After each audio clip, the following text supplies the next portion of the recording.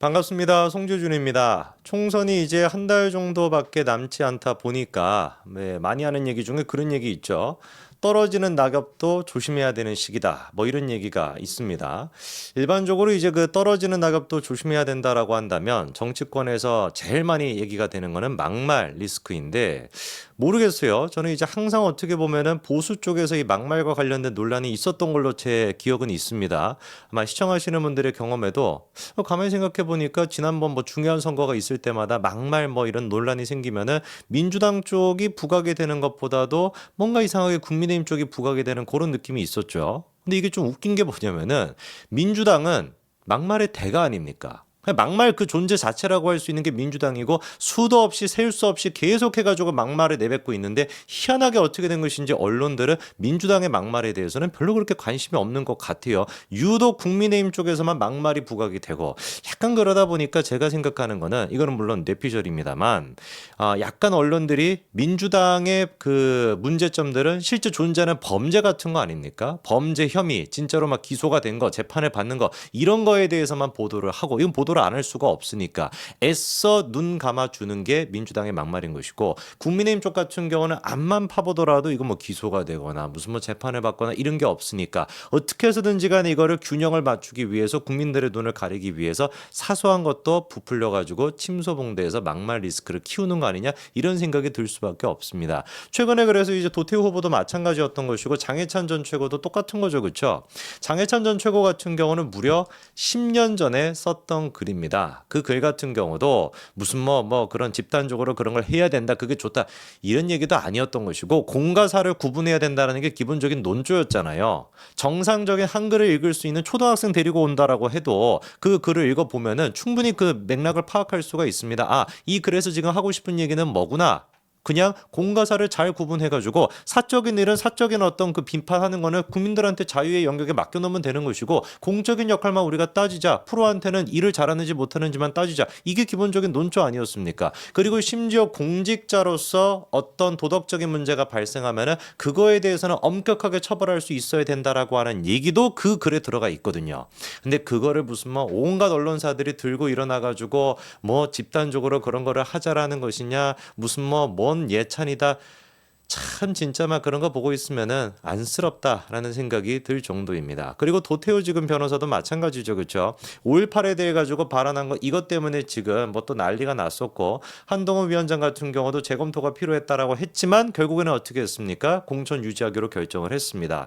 저는 개인적으로 잘한 거라고 봐요. 왜냐면은 애당초 도태우 변호사가 했던 얘기가 5.18 당시에 북한군이 개입했다라고 주장했으면은 이거는 또 여러 가지 논란이 생길 수가 있겠죠. 근데 애당초 도태우 변호사가 했던 얘기가 뭐였습니까? 여러 가지 가능성이 있을 수 있는 거 아니냐. 뭐 북한군 개입설에 그런 어떤 문제가 제기가 되고 있으니까 이거에 대해 가지고 개입이 됐다라고 얘기한 것이 아니라 여러 가지 문제가 있으니까 뭘 해보자라는 거예요. 조사를 해보자 이거였습니다. 왜 조사를 해보자라는 게 뭐 잘못된 얘기인가요?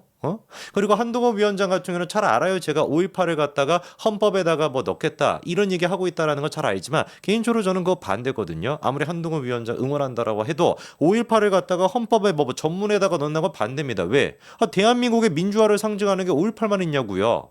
많지 않습니까? 여러 가지 민주화 운동이. 왜 그런데 하필이면 5.18만 특정해가지고 그게 헌법에 들어가야 되냐고요. 그럴 필요가 저는 전혀 없다라고 보거든요. 그거야말로 오히려 역차별이 될 수 있는 거 아닙니까? 다른 어떤 민주화 운동에 대해 가지고 다른 어떤 희생자에 대해서 다른 어떤 유가족에 대해 가지고 충분히 이런 여러 가지 복합적인 요소가 있고 그리고 지금도 문제가 되고 있는 게 가짜 유공자 이런 식의 문제가 있으니 다 묶어가지고 조사를 해보자라고 얘기하는 것인데 그거를 가지고 컷오프를 시킨다?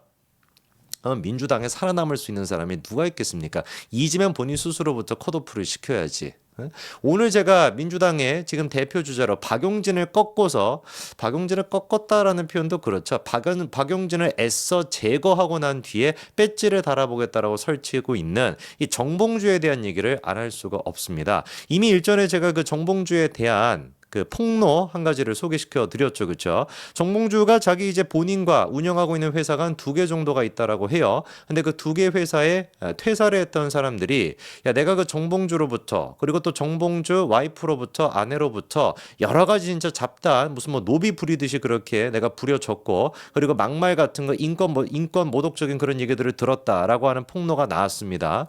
근데 이거 같은 경우는 그냥 일방적으로 지금 그 퇴직자들이 주장하고 있는 게 아니라 평화나무라고 하는 것도 이제 그 김용민이 있지 않습니까? 그 덩치 큰 사람 옛날에 이제 낙검수로 같이 이제 동료였죠, 그렇죠? 지금 왼수처럼 된 것 같은데 그 평화나무에다가 녹취록이 한 50개 그리고 카카오톡 같은 경우도 100여 개 정도를 제공할 정도로 아주 자세하게 근거까지 있는 얘기예요. 어떤 식으로 이제 그 산노비 같이 부렸냐, 노비 부리듯이 이렇게 썼는지를 들어보니까 집에서 키우는 고양이 사료 이런 것도 직원들이 고양이의 취향을 고려해가지고 요즘 뭐 고양이들 뭐 취향까지도 고려해가지고 사료를 줘야 되나 보죠 뭐 그런 거를 해가지고 줬어야 되고 여행을 간다라고 하면은 가족들을 위한 비행기 티켓 예약하고 호텔 조식 가격 비교하고 예약해주고 술안주로 즐겨 먹는 오징어 같은 거를 구입해주고 완전 노빈 거죠, 그렇죠? 그것뿐만 아니라 직원들한테 AS를 주문하기도 하고 건강보험료나 상생지원금 이런 것들을 받을 뭐 자격이 되는지 직원들이 대신해가지고 뭐 상담을 받기도 하고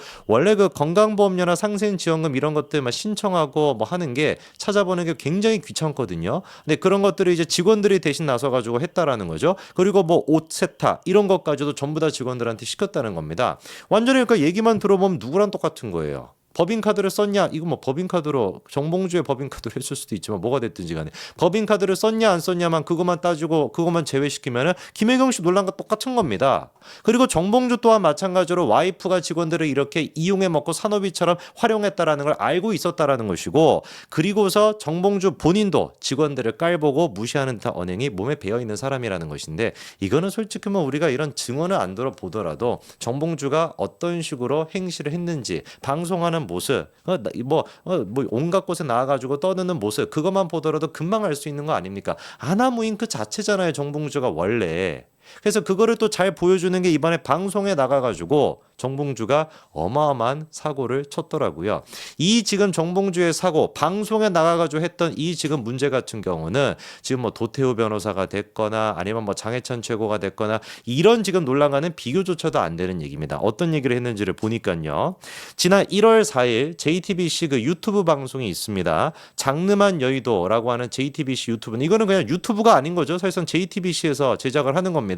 근데 거기 나가가지고 정봉주가 방송에 집중은 안 하고 태블릿 PC를 가지고 계속 해가지고 뭐 시청자가 얼마가 있는지 이런 것만 지금 확인하고 있었나 봐요. 그래서 진행자가 이제 한마디 했는 거죠. 아이 좀 그런 거 그만 보시고 방송에 집중 좀 해라. 이랬더니만 정봉주가 하는 얘기가 벌레가 많이 들어왔나 진보가 많이 들어왔나 보수가 많이 들어왔나 이거를 확인하고 있었대요. 이게 뭡니까? JTBC 방송 보고 있는 시청자들을 뭐라고 비유를 한 거예요? 벌레라고 비유를 한 거 아닙니까? 제가 보기엔 원래 이 벌레라고 하는 얘기도 일배 이렇게 얘기하고 싶었던 것 같아요. 그러니까 갑자기 벌레라는 얘기가 나오는 거 아니겠습니까? 만약에 우리가 입장을 바꿔가지고 우리 국민의힘 쪽에서 유권자에 대해서 국민에 대해서 벌레라는 식으로 JTBC 방송 나가가지고 얘기했다. 어떻게 되겠습니까?